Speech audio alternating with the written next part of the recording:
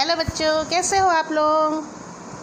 I hope आप लोग सब अच्छे हैं, बहुत एंजॉय कर रहे हैं अपने पढ़ाई के साथ। आप लोग को मोबाइल भी मिल रहा है और आप लोग बहुत देर मोबाइल पकड़ के ऑनलाइन क्लास भी अटेंड कर रहे हो, है ना?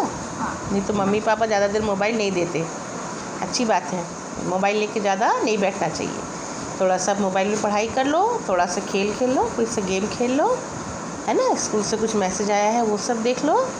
उतना ज़्यादा मोबाइल लेके बैठनी अच्छा बात नहीं है। आप बड़े होगे, धीरे धीरे आप लोगों की ज़रूरतें बढ़ती जाएंगी, पढ़ाई में कैसे क्या करना है ना? फिर आप लोग धीरे धीरे आप लोगों का मोबाइल का यूज़ भी ज़्यादा होगा। पर अभी आप लोग बहुत छोटे बच्चे हो, ज़्यादा मोबाइल मत यूज़ किया करिए, ठीक है? चलिए हम अपना आगे का पढ़ाई करते हैं।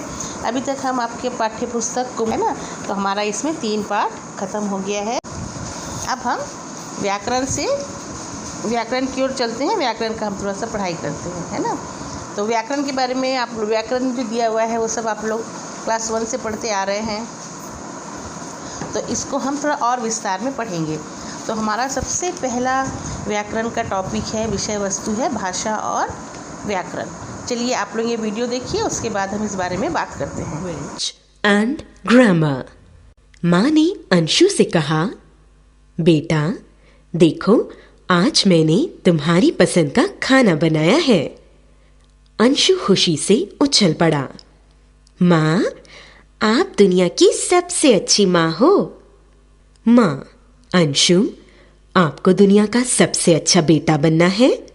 हाँ माँ, जरूर। तो चलो कल होने वाली परीक्षा के सभी प्रश्नों के उत्तर लिख कर दिखाओ। उसने उत्तर लिखने प्रारंभ किए। अचानक अंशु का मित्र सौरभ आ जाता है। अंशु चूंकि उत्तर लिख रहा था, इसलिए उसकी माँ ने सौरभ से इशारे संकेत से चुप रहने को कहा। बच्चों, आपने देखा, माँ द्वारा कहना मौखिक भाषा तथा अंशु द्वारा उत्तर लिखना लिखित भाषा का रूप है।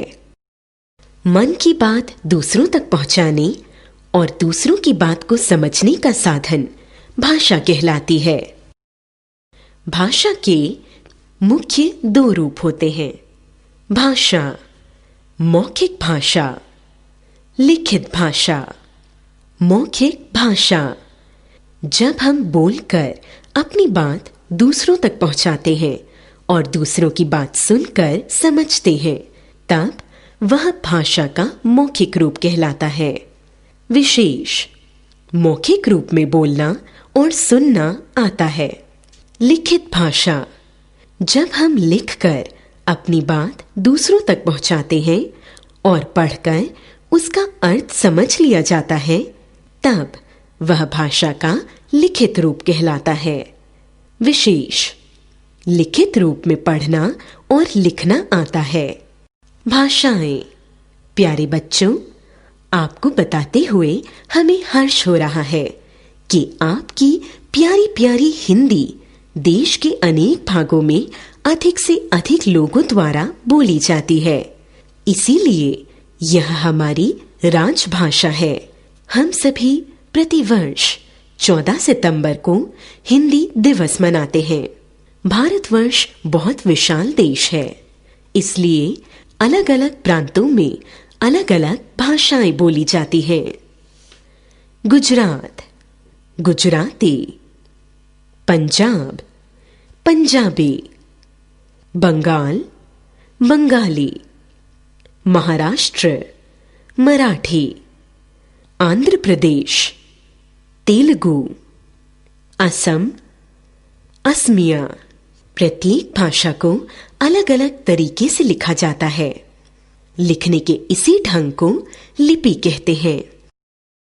भाषा की ध्वनियों के लिखित चिन्हों को लिपि कहते हैं। भाषा लिपि। हिंदी, देवनागरी। संस्कृत, देवनागरी। गुजराती, देवनागरी। उर्दू, फारसी। अंग्रेजी, Roman. French, Roman. Punjabi, Gurmukhi. व्याकरण।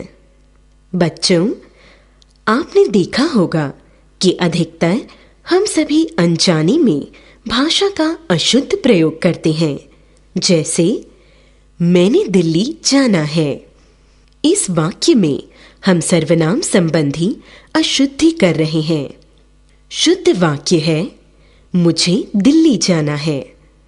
इस प्रकार संज्ञा, सर्वनाम, लिंग, वचन आदि संबंधी अशुद्धियों को शुद्ध करना हम व्याकरण द्वारा सीखते हैं। भाषा के शुद्ध रूप का ज्ञान कराने वाले शास्त्र को व्याकरण कहते हैं। व्याकरण के ज्ञान से लाभ। व्याकरण की सहायता से हम भाषा को शुद्ध रूप में पढ़ना, लिखना तथा बोलना सीखते हैं। इसलिए कक्षा में अध्यापिका सभी बच्चों से एक साथ बोलने के लिए कहेंगी। जो शास्त्र शुद्ध भाषा बोलना व लिखना सिखाता है उसे व्याकरण कहते हैं। पाठ में हमने क्या सीखा, जानिए। अपनी बात दूसरों तक पहुंचाने और दूसरों की बात को समझने का साधन भाषा कहलाता है। भाषा के दो रूप होते हैं, मौखिक और लिखित। बोलकर और सुनकर जिस भाषा का प्रयोग करते हैं मौखिक भाषा कहलाती है। पढ़कर और लिखकर जिस भाषा को समझा जाता है लिखित भाषा कहलाती है। हमारी राजभाषा हिंदी है। प्रतिवर्ष 14 सितंबर हिंदी दिवस के रूप में मनाया जाता है। लिखने का ढंग लिपि कहलाता है। भाषा के शुद्ध और प्रभावशाली प्रयोग का ज्ञान व्याकरण द्वारा होता है। कैसा लगा आप लोगों को वीडियो? अच्छे से आया समझ में? आई होप आप लोगों को इसमें बहुत मज़ा आया होगा ये वीडियो देख के और इंटरेस्टिंग लगा होगा, है ना। चलिए अब अगले वीडियो में हम इससे आगे का पढ़ेंगे। धन्यवाद।